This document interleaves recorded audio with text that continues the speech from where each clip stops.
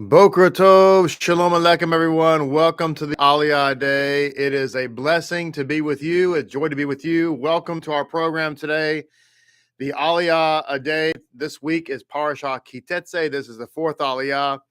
Today we're going to be talking about kosher clothing and maybe some other mitzvahs as well. There's a slew of mitzvot that are discussed in this parashah and even in this aliyah. But today we're going to be talking about focusing anyway on kosher clothing, what we wear, what makes it kosher.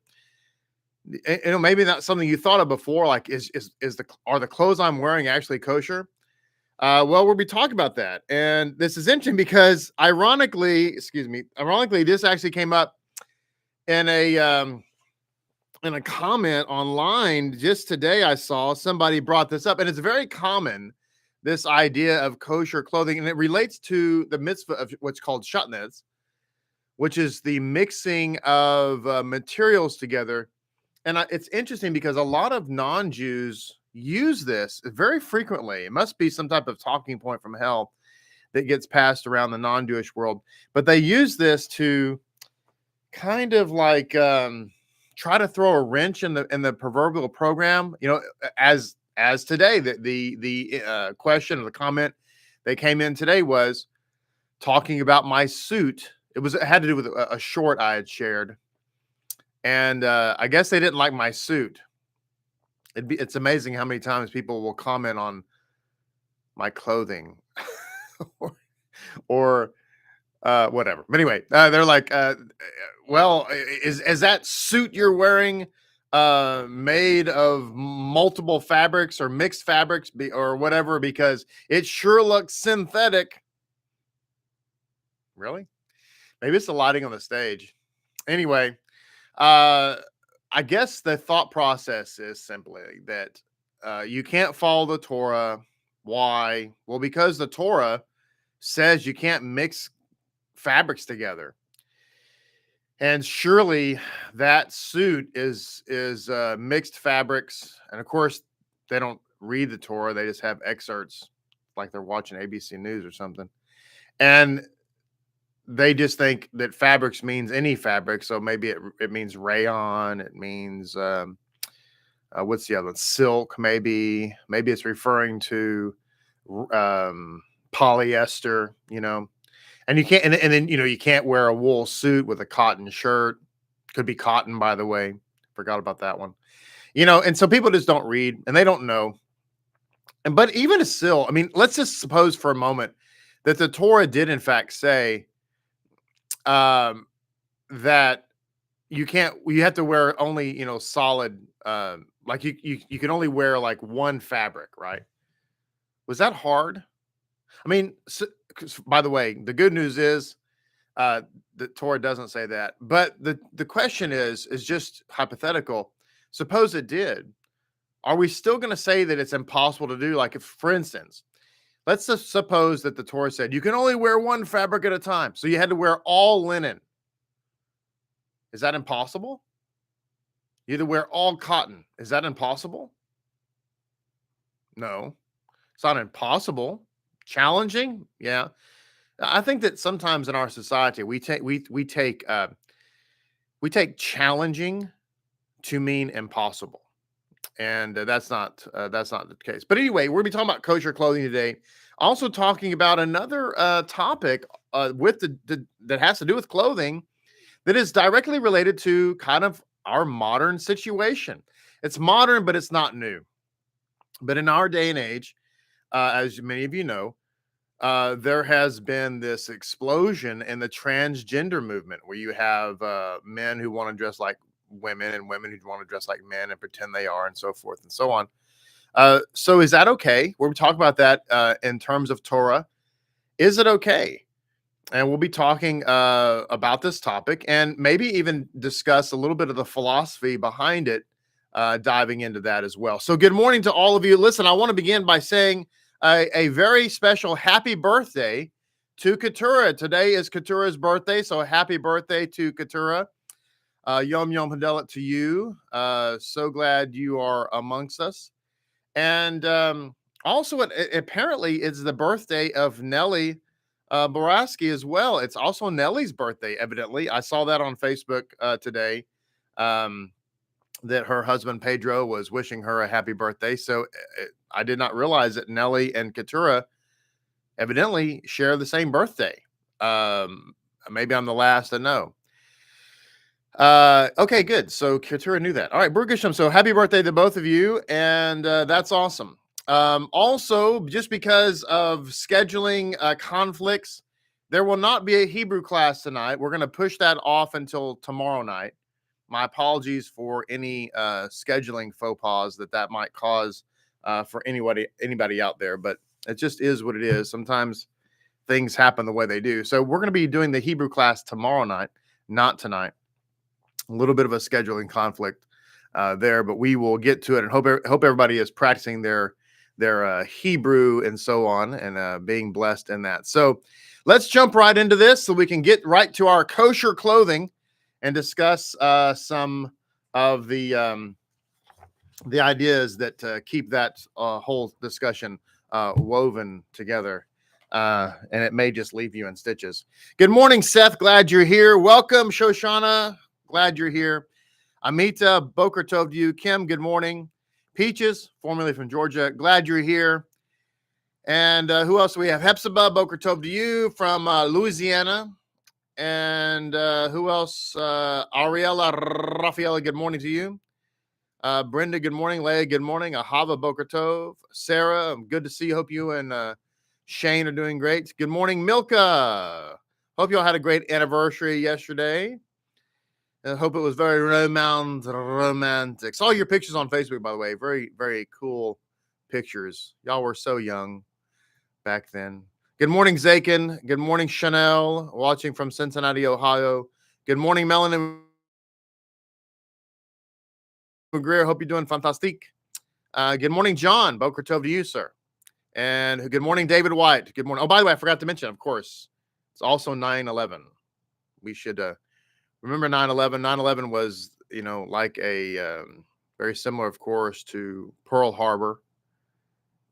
So many Americans lost their lives to terrorism on 9/11, and what's really sad is that this happened.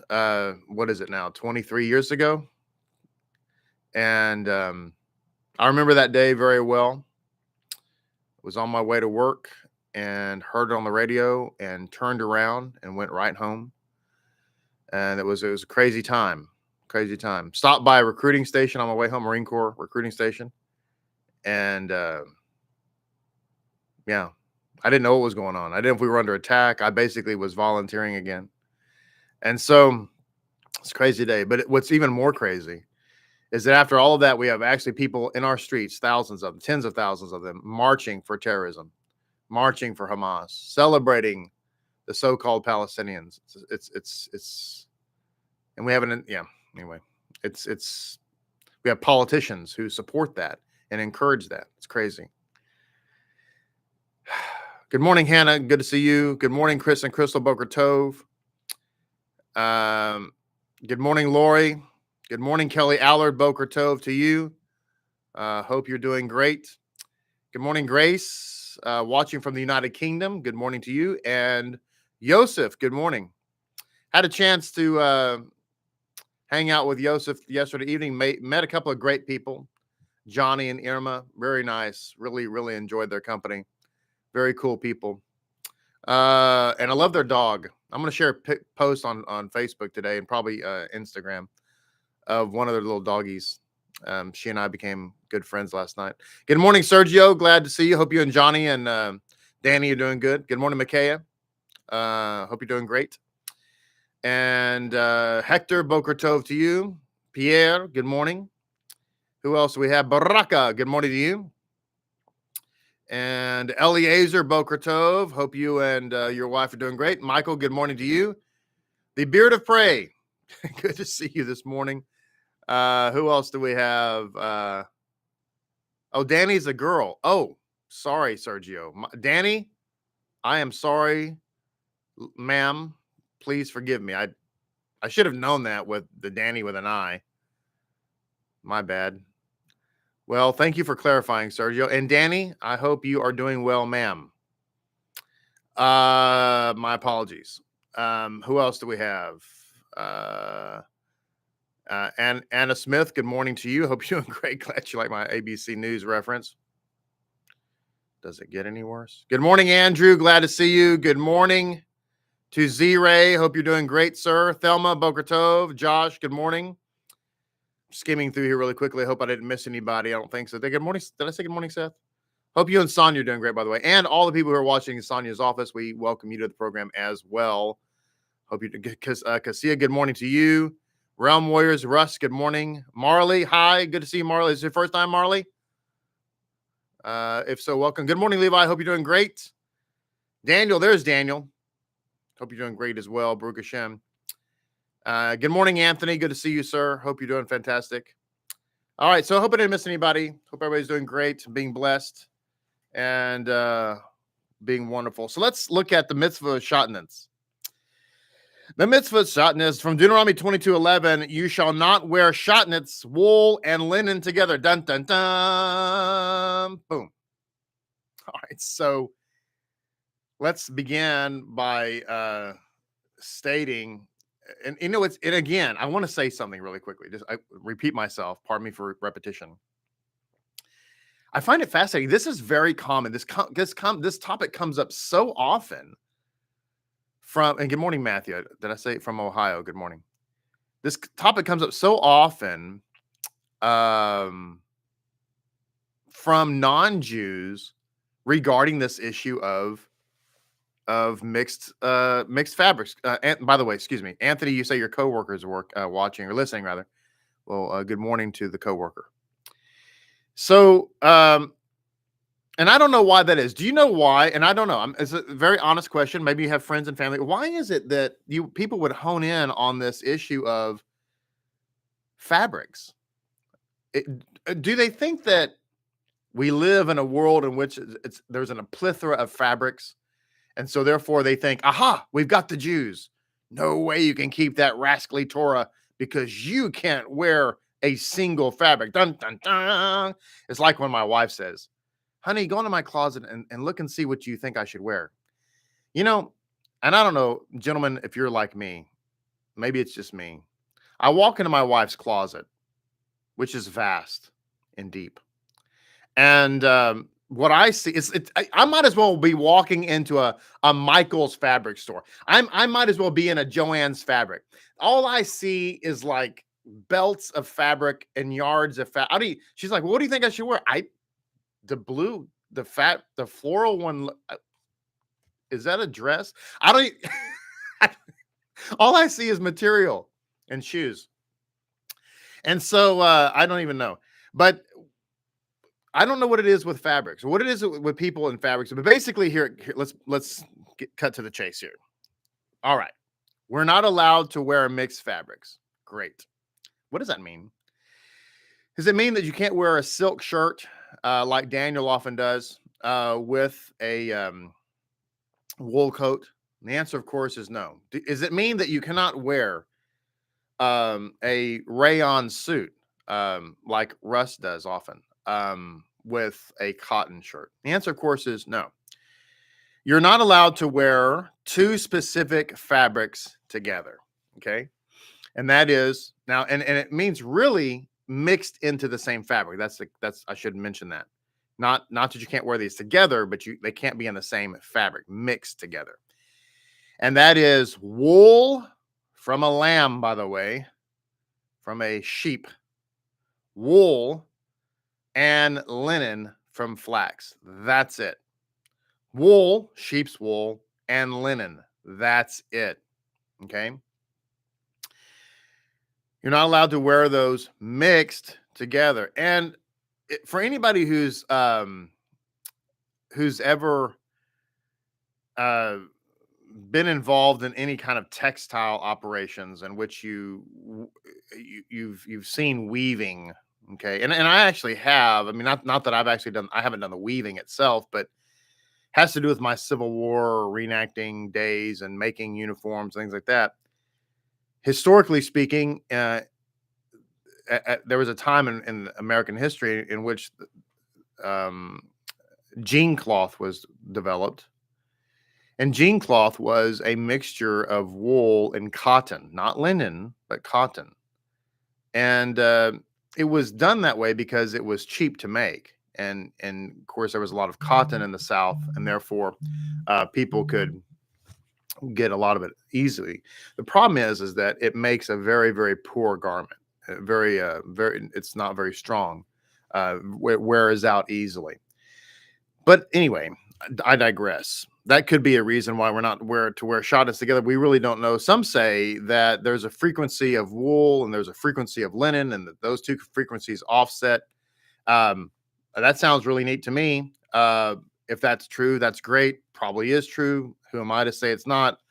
But some say that those two frequencies offset each other and they cancel each other out. Therefore, you don't wear the two things together. That's great. Awesome. I don't know if that's true or not, or if that's the reason or not, and it doesn't really matter. What matters is we're not allowed to mix wool and linen together, but I want to point out it's wool and linen. Wool and linen, not wool and rayon, not wool and silk, and so forth and so on. So the good news is, okay, and Joseph Collins will be happy to hear this. You can wear the silk suit with your rayon shirt and all is fine. So that you don't have to get rid of, because Baraka was wanting to know, you do not have to get rid of your cobalt blue silk suit. You can keep it. So you're welcome. I should also mention, by the way, that kosher clothing, of course, is naturally going to be clothing that is naturally modest. We live in a world that is very immodest, and I mean, it's over the top immodest. People nowadays, male and female, basically walk around in their undergarments. I mean, what most women would wear as undergarments under their dresses, or even under their pants, I guess, if they wore women's pants. Women are walking around in that stuff. I mean, it's amazing, and it's just crazy, right? People are just walking around with their garments on. People going to Walmart wearing their pajamas. There's a joke out there that I couldn't find what I needed at Walmart, so I had to go home, take a shower, get dressed, and go to Target. But there's people who go to Walmart wearing their pajamas and things like that. And I just want to say that from a Jewish perspective, we should dress, in my view, as Jews, we should dress modestly. And each Jewish community has its own stringency as to what that means. But in general, we should dress modestly. And I think also we should dress dignified. I don't think that it's kosher, in my view, to wear pajamas anywhere outside of your house. Okay, unless you're going to go check the mail or something, maybe that's okay, of course. But I'm talking about, out, going to Walmart or whatever, out in public. I think that we should dress in a dignified manner. It doesn't mean you have to walk around in a suit all the time or in a dress. But I do believe that we should dress, like we're adults. And of course, you should dress appropriately for where you're going. I mean, I remember a day where, because my stepfather retired from Delta Airlines, and so as a result, we had flying privileges. I remember the day and age when we were not allowed to get on a plane without a coat and tie. And even as a young boy, I was required to dress with a coat and tie. You can look back, and there's video from the 1960s where young people, teenagers, were going to the state fair, and the young men had coats and ties on, and the girls had dresses. I think that one could argue, well, maybe that was an overkill. That was over the top. Well, maybe it was, maybe it wasn't. You know, do I want to go to the state fair in a sports coat? Probably not. Uh, but going to the state fair in my bathing suit is probably going too far in the other direction. So I think that we need to, as a Jewish community, we need to take a step back. Wearing skin tight jeans, I often joke about skinny jeans and things like that. But you know, you know, I'm just going to say it. You know, ladies walking around wearing your leggings as a garment, I just don't think is okay. I mean, I think that you should not wear your underwear as your outerwear. And gentlemen, same thing. I think walking around dressed like we're mowing the lawn is probably not okay. We need to dress like we're gentlemen and we have sense. Does that mean you have to wear a suit and tie when you go to Walmart? No, but you probably don't need to go to Walmart like you just need to be, grown up about the way we dress. We live in an environment in which we're super casual, but I don't know. We ought not be. Anyway, when it comes back to mixing linens or mixing fabrics together, rather, the Torah says we're not to mix wool and linen together in one garment. We're commanded not to wear a garment that is made of a combination of wool and linen. That is called sha'atnez. Regarding this, it is stated in Deuteronomy 22:11, you shall not wear sha'atnez, wool, and linen together. Okay. Now, a glimpse of one of the underlying purposes of this mitzvah can be found in what I wrote in Parashah Mishpatim. This is Sefer Hinuk saying this is, by the way, what he wrote, not what I wrote, but he's talking about what he wrote. In connection with the topic of a sorceress in Mitzvah Prohibition 5 of that of Parashah, of that Parashah, Mitzvah 62. However, Ramban of blessed memory wrote that the reason for this prohibition is because the priest of idolatry would wear such garments of sha'atnez in biblical times. Indeed, Rambam writes further that even in current times, this practice is widespread among the priests of idolatry that exist in Egypt. So Sefer Hinuk rather brings down that there's a topic of sorcery related to this. Something has to do with sorcery. Rambam brings down that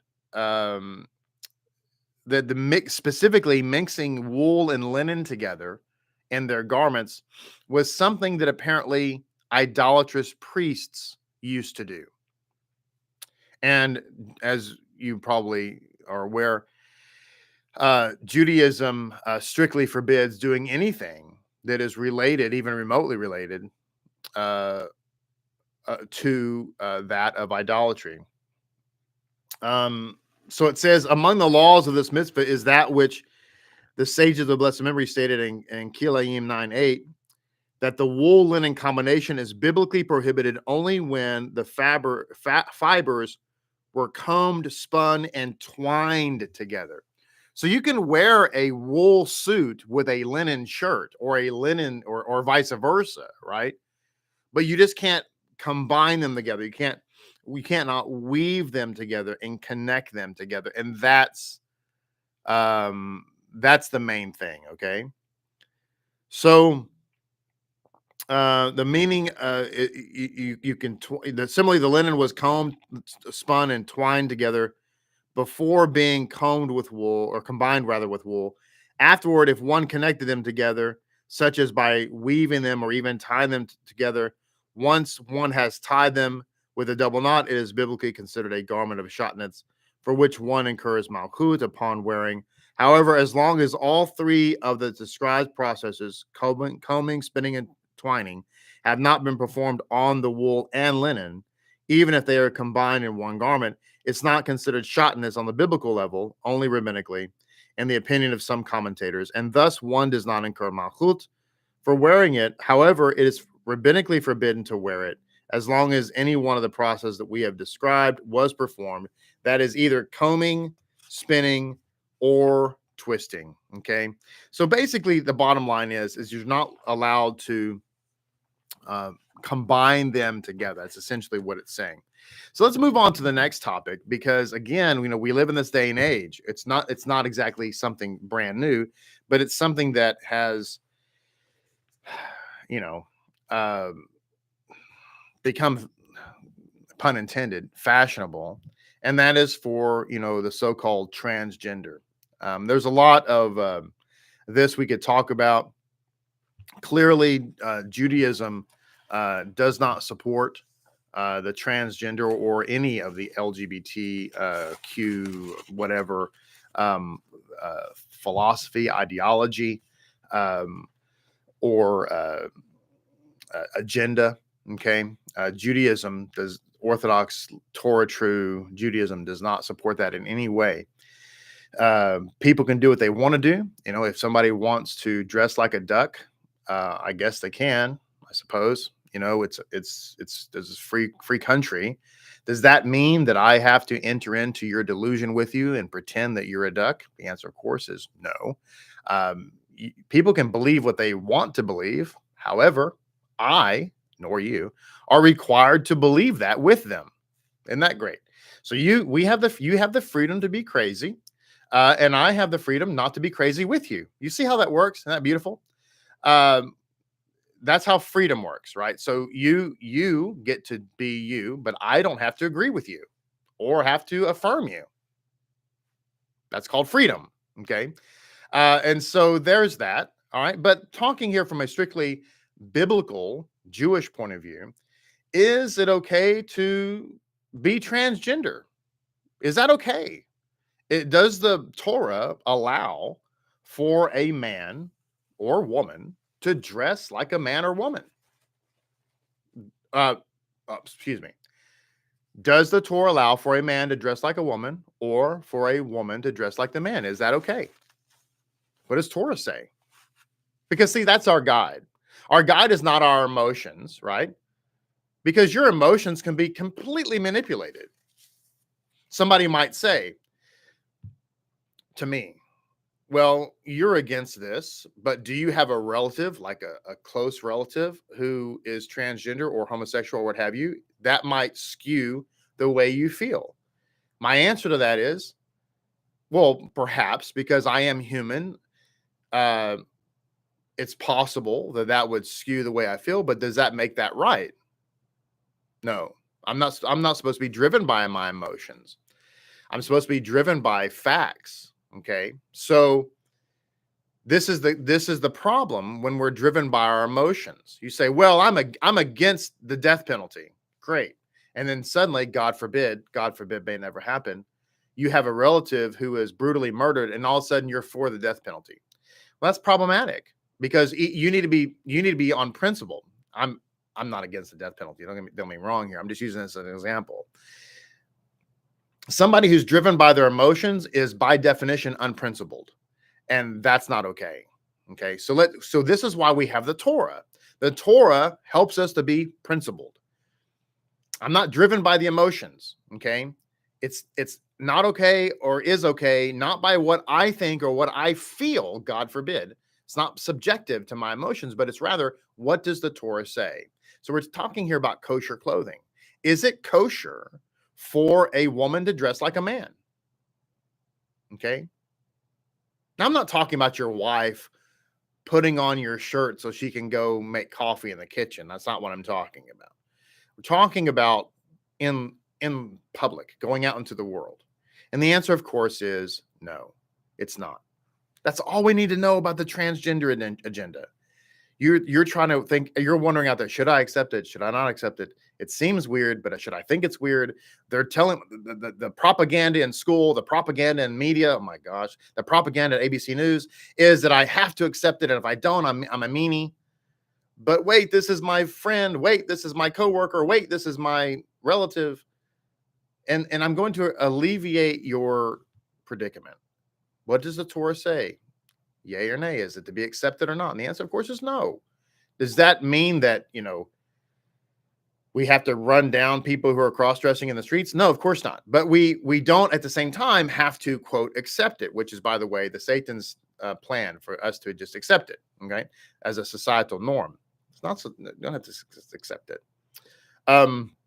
But in terms of Judaism, is it okay? Is it kosher? And the answer, of course, is no, it's not. It's very simple. Okay. A woman is not to wear a man's clothing, and a man is not to wear a woman's clothing. And this also applies, by the way, not just to clothing, but also to accessories. Now, interesting in Sefer Hinuk, Mitzvah 542, it talks about this. It actually mentioned, it brings down the verse in Deuteronomy 22:5. A man's apparel shall not be upon a woman. Okay. Pretty much, all you need to say. But what's interesting here is that in this mitzvah, it says that women are commanded to not wear men's clothing. That's check. And they're not to arm themselves with men's weapons, such as a sword. It's pretty interesting, isn't it? Well, you read this as you dig down further. This is a translation from Onkelos. And it's referring to the clothing of a male, but also the male accessories, gear, or equipment.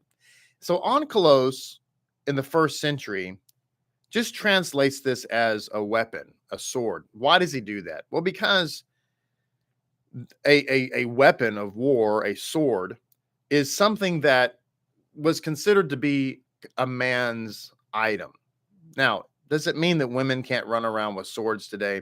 Or to put it in modern terms, a Glock, a handgun, something like that? Of course not. What it's really talking about is male accessories, things that are uniquely male. And some of this, by the way, is cultural. Some of this changes over time. Listen, there was a day and age when men wore tunics, which are like male sundresses. Of course, they weren't female naturally, but they were more tunic style, more kind of bathrobe style. Well, there's the Scottish kilt, right? The Scottish kilt is like a skirt. So in our American culture, you could look at a kilt, which basically is a skirt, and say that's a female's garment. But it's not in Scotland. In Scotland, it's a male's garment. Do women wear kilts in Scotland? I don't think so. I could be wrong about that because I'm not Scottish, but I don't know. But the point, in fact, is that there it's cultural, right? So a man walking around in a kilt was actually normal, and it's not a female's garment. Okay, so some of this is cultural. In certain Middle Eastern areas, a man wearing a garment that is similar to a sundress, would be normal. Okay, and by the way, rather comfortable.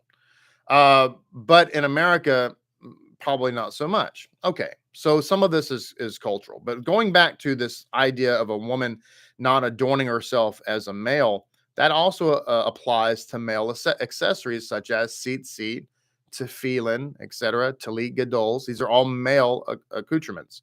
There might be some other examples of male accoutrements that women don't wear, and so forth. I'm also happen to be a fan of women kind of when they wear items or clothing or accessories that can be, let's say, unisex. I think it's nice for women to put a little female touch to it. Like if you're going to carry a Glock, use a pink handle. I'm not saying you have to. I'm just kind of half kidding about that. But in any case, the bottom line is that women are not allowed to wear male clothing, and vice versa. Mitzvah 543 here in Sefer Hinuk. And by the way, I'm going to read this because it says in Sefer Hinuk, what's the underlying purpose of this mitzvah? It says, among the underlying purpose of this mitzvah is to keep immorality away from our holy nation, and thus to forbid any matter and any situation through which it is common for people to experience failure in that area. So this is obviously a safeguard against debauchery. So men likewise, of course, are not allowed to wear female clothing and female accoutrements and so forth. But that seems rather obvious, right? It says in Deuteronomy 22:5, and a man shall not wear a woman's garments. Okay, there you go. This is why I often say, by the way, the answer to our problems in society is Torah. That's the answer. Okay. The reason why we have the issues that we have today, people dressing like we're talking about, people following perverted ideas, men wanting to use female bathrooms and so forth, and vice versa. The reason we have that is because it's a lack of Torah. It's a lack of Torah. Okay. If we had Torah, we would just have to say this is not allowed. Okay. And culturally, we've kind of digressed. When I was growing up, I never got any piercings. Back in my day, it was back when I was a kid. Back in the late 1900s, when I was growing up, it was common for young men to want to pierce their left ear? It's the left ear, right? And wear necklaces and things like that. Male necklaces, to be sure, but chains. Call them chains. Probably didn't call them a necklace. Call them chains. That was common stuff. My parents forbid it. And my dad particularly told me that if I ever showed up with a piercing, he would rip it out of my ear. And same thing with a necklace or a chain or something. It was just not back in the day. It was just those are things that girls did, and my brother and I were strictly forbidden from doing those kinds of things. And my parents, by the way, were not necessarily deeply religious. They were both of them rather secular. But nevertheless, they just it was like a social norm. You didn't do that, and we don't care what everybody else is doing, but you're not going to do that. And therefore we didn't. With that said, I want to talk about the male. It's interesting because he brings down that the prohibition is not limited to just men not wearing women's clothing, but it also talks about here as men not grooming themselves in such ways that are typical for women. So, women, it's pretty common for ladies to kind of, we used to call it primping back in the day, the man is dressed, he's ready, he's dressed to go out for dinner, he's ready. And, and he waits not uncommonly for an hour and a half for his wife to finish putting on her makeup and so forth. And a man is not supposed, and by the way, we love it. We love it. And we don't complain. So men are not supposed to do that. And one of the examples given here, and I had to laugh about this when I read this, it says, for example, if a man's hair turns white, he may not dye it black or pluck out individual white hairs, since this is a female or a feminine grooming practice. The halakha authorities debate whether an exception can be made in cases where a man's white hair makes it difficult to find a marriage partner or not, or perhaps a job in which he might be judged for being too old, or perhaps where it causes him great embarrassment. And there's a lengthy article about this. But I do think it's interesting because, I have some gray in my beard. And it's called, I like to refer to it as somebody once called it a blaze. I have a blaze of gray in my, oh, here it is on the side, a blaze of gray in my beard. It's fashionable, I think. Not that I care. I really don't, actually. And not that I have any interest at all in dyeing my hair, because I don't. I think, frankly, I think it would look worse. But there's a lot in Jewish halakha that talks about that men are not allowed to dye their hair. And so, unless, of course, again, it says there's some halakhic opinion that it would be okay if it's a situation where it causes embarrassment. And there's a discussion here about a man who, a Jewish man who half his beard was white and the other half was black. It just kind of happened that way. And it was causing him some embarrassment. And so the idea was, in that sense, maybe it's okay for him to do that because it relieves the embarrassment. Or as it says here, it would make it difficult for him to find a marriage partner. I don't know. Maybe there's some ladies out there that are not into gray hair. I don't know. It's kind of, it is what it is. Or perhaps that he's trying to get a job and he doesn't want to look too old, because there are some men who get gray in their beards rather young, or hair for that matter, rather young. They may be in their 30s, and still and have gray hair and appear too old, and may therefore not be able to get the parnasa that they need. But the point in fact is that when it comes to kosher clothing in general, we'll kind of conclude with this. We have these principles. We start out talking about sha'atnez. We're not allowed to combine together in one garment, wool from a lamb or from a sheep rather, and linen, right, from flax. That's we're not allowed to do that. But that's it. So it's okay to have other fabrics. You can have cotton and wool, I guess, woven together. You can have you can wear a garment that is a cotton and what's a common? Cotton and polyester. I think those are common. Cotton and polyester. So that's okay, right? You don't have to run around wearing pure wool and so forth and so on, or pure linen or what have you. We also learned today that kosher clothing involves dressing modestly. And I believe that dressing modestly also includes dressing just decently, okay? Appropriate for your age.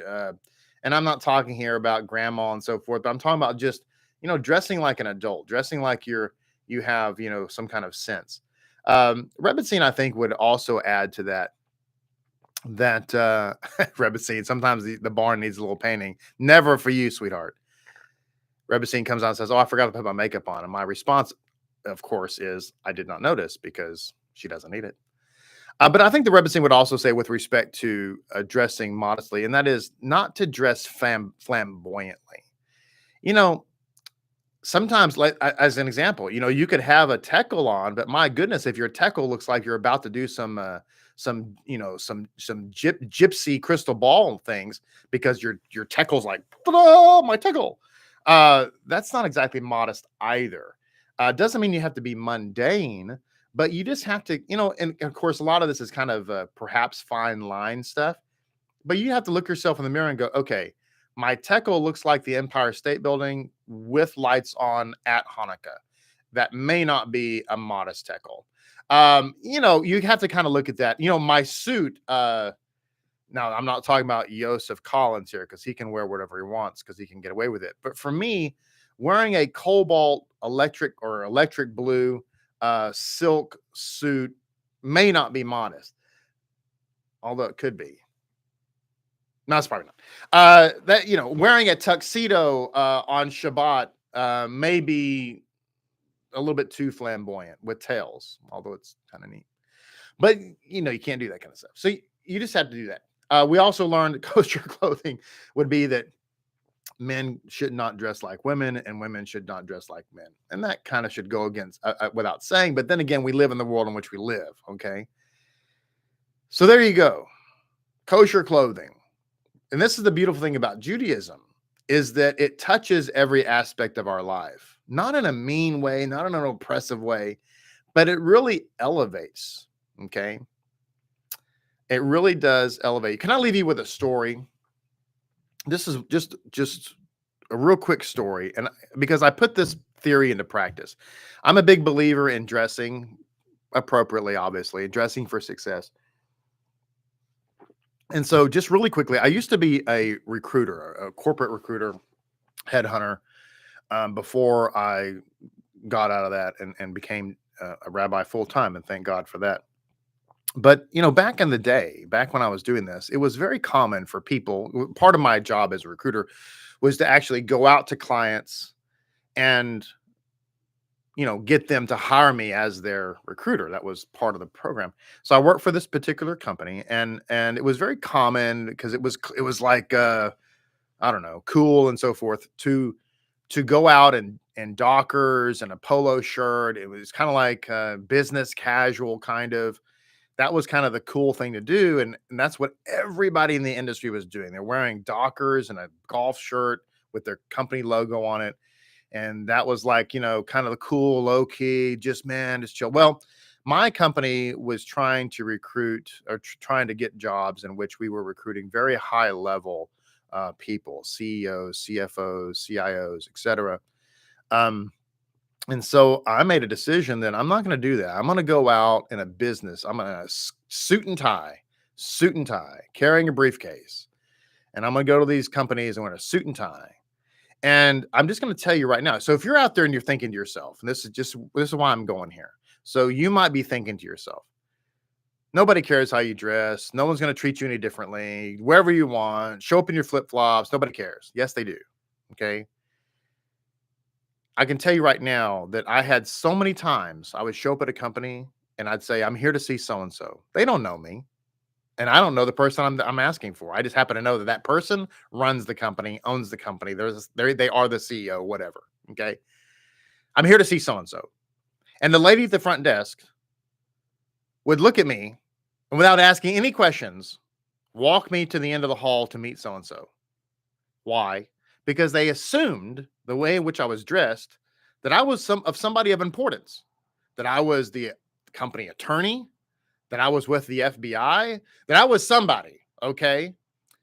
If I showed up in a little cute golf shirt and so on and so forth, they would think I was a salesperson. And I will tell you right now that I had many, many face-to-face meetings and was very successful just because I wore a suit. So that's my little life lesson to you. If you're out there and you believe that all this stuff that you can just dress how you want and people don't care, they care. Even the ones who say they don't care, they care. They're the ones who walk me down the hall. End of our Aliyah today. Thank you so much for being here. Please be sure and subscribe to our channel if you've not yet done so. Like this video. Watch some of our other content, as I always try to do. I will put in the description of this video the teaching from last year so that you can go back and peruse that and glean from that. Again, no Hebrew class tonight. We're going to move that until tomorrow night. And yeah, that'll be awesome. So thank you for being here. Thank you for participating. Thank you for being fashionable and amazing. Look forward to seeing you tomorrow. Until then, have a great and amazing day.